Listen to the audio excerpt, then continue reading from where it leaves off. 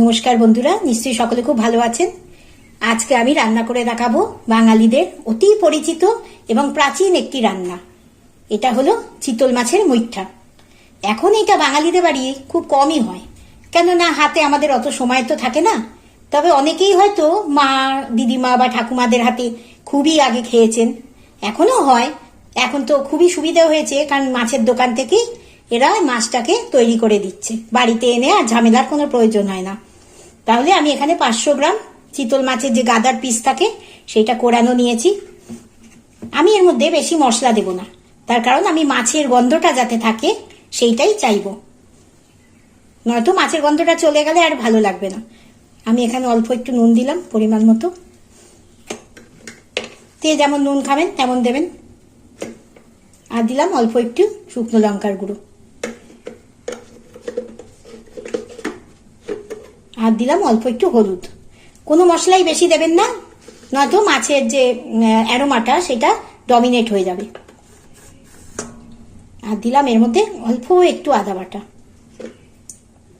এবার আমি এইটা ভালো করে মেখে নেব। অনেকে এর মধ্যে আলু দেয়, কিন্তু আমি দেব না। আলু দিলে অনেকে হয়তো পরিমাণটা বাড়ানোর জন্য আলু দিতে পারেন, কিন্তু আমি আলুটা দেব না, শুধু মাছ দিয়েই করব। তাহলে আমি মেখে নিয়ে দেখাচ্ছি। দেখুন, আমি ভালো করে মেখে নিয়েছি, আমার হাত ভালো করে ধুয়ে নিয়ে তারপর ভালো করে মেখে নিয়েছি।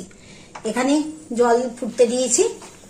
আমি শুধু এই জলের মধ্যে অল্প একটু ঘি দিয়েছি, তাতে ভালো একটা গন্ধ আসে। এবার আমি একটু হাতে জল নিয়ে নিয়ে এটাকে মুইঠার মতো করব। যেহেতু মুঠোর মধ্যে করে এরকম করা হয়, তাই জন্যই এর নাম হচ্ছে মুইঠা। দেখুন, অনেকটা পটলের মতো করে আস্তে আস্তে ছেড়ে দেবো। একটু জল নিয়ে তারপরে করবেন, তাহলে খুব স্মুথ হয়, মানে বাইরের দিকটা খুব সুন্দর হয়।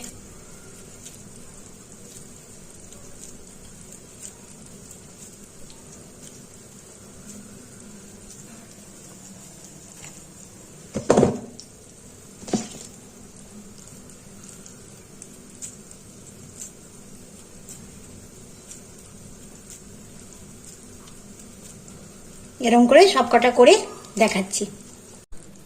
দেখুন, সব কটাকে আমি জলের উপর ভেসে উঠেছে। এটা কিন্তু একদমই বেশি সেদ্ধ করবেন না, তাহলে খুব শক্ত একটা রবারি হয়ে যাবে, খেতে একদম ভালো লাগবে না।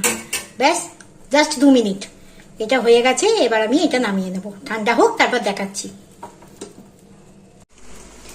আমি দেখুন মুইঠাগুলোকে মাঝখান থেকে কেটে অর্ধেক অর্ধেক করে নিয়েছি, আর আলুটাও ভেজে নিয়েছি, টমেটো নিয়েছি, আদাটা তো আছেই। আর এই যে মুইঠা সেদ্ধর যে জলটা, ওইটা কিন্তু আমি ফেলিনি, কারণ ওই জলে যেমন এই মাছের অ্যারোমা আছে, তেমন পুরো পুষ্টিগুণটাও কিন্তু রয়েছে। তাই এই জলটা দিয়েই আমি রান্না করব। আমি আগে এই মুইঠাগুলোকে একটু ভেজে নেব। তেল বসিয়ে দিয়েছি।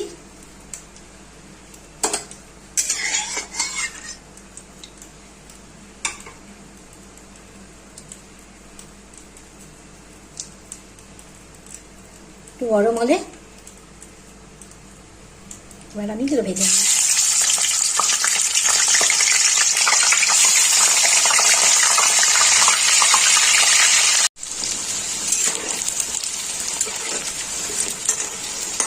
দেখুন, এরকম করে ভেজে নেব সব কটা।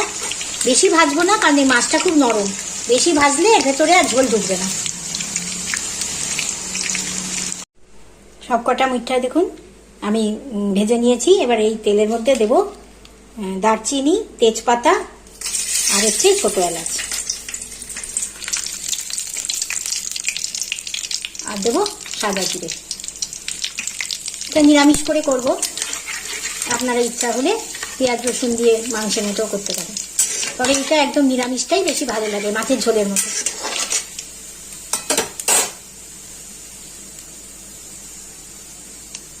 ফোড়ন হয়ে গেছে। এবার আমি এর মধ্যে এই টমেটো কুচিটা দিয়ে দেবো।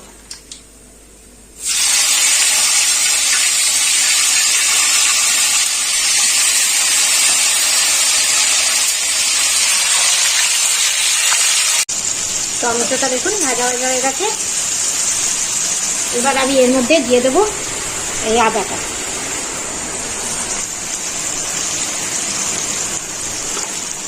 আদাটাও একটু ভালো করে ভেজে নেব। আগাটাও ভাজা হয়ে গেছে। আমি এর মধ্যে এবার দিয়ে দেবো হলুদ গুঁড়ো আর দেবো লঙ্কার গুঁড়ো। লঙ্কার গুঁড়ো দিয়ে যেমন ঝাল খান তেমন দেবেন। আর দেবো এখানে জিরের গুঁড়ো।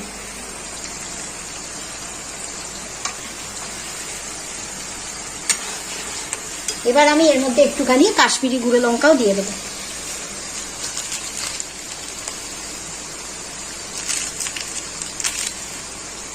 রংটার জন্য, এটা অপশনাল, এটা জাস্ট কালারের জন্য দিলাম। এবার ভালো করে কষিয়ে নেবো অনেকক্ষণ ধরে।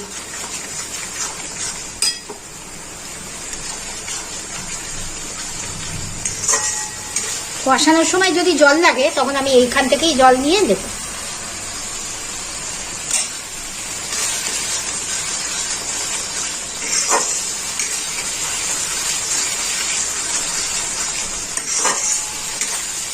দুবার তিনবার করে জল দিয়ে দিয়ে ভালো করে কষিয়ে নিচ্ছি।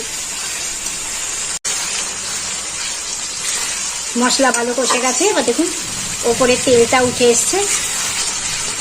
আর একটু কষলেই আমি এর মধ্যে ভাজা আলুটা দিয়ে দেবো। খুবই সহজ একটি রান্না, ভালো করে একটুখানি কষিয়ে নিয়ে করলে খুবই ভালো লাগে খেতে। এখন তো আর আগেকার রান্নাগুলো করা বন্ধই হয়ে গেছে। আমাদের হাতে অত সময়ও থাকে না এখন যে অত রান্না করব, তাই আমরা শর্টকাটে যা পারি তাই করি। তবে মাঝে মাঝে এরকমভাবে রান্না করে খেয়ে দেখবেন, খুব ভালো লাগে। ভাজা আলুটা এর মধ্যে দিয়ে দেবো।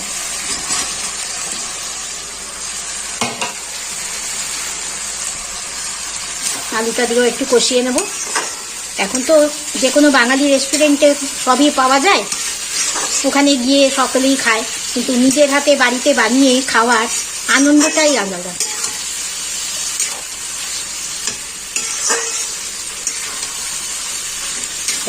আলুটাও কষে গেছে। এবার আমি এর মধ্যে এই জলটা দিয়ে দেবো।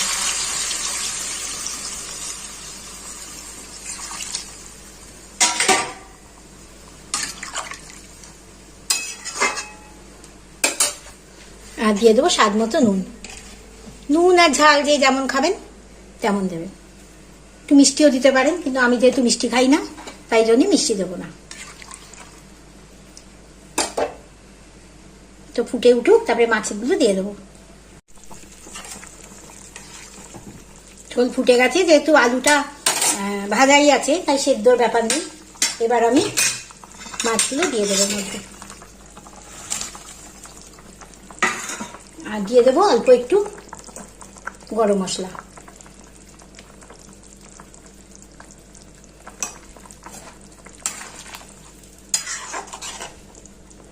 একটু ফুটুক, আলুটাও একটু সেদ্ধ হোক, তারপর নামিয়ে দেখাচ্ছি।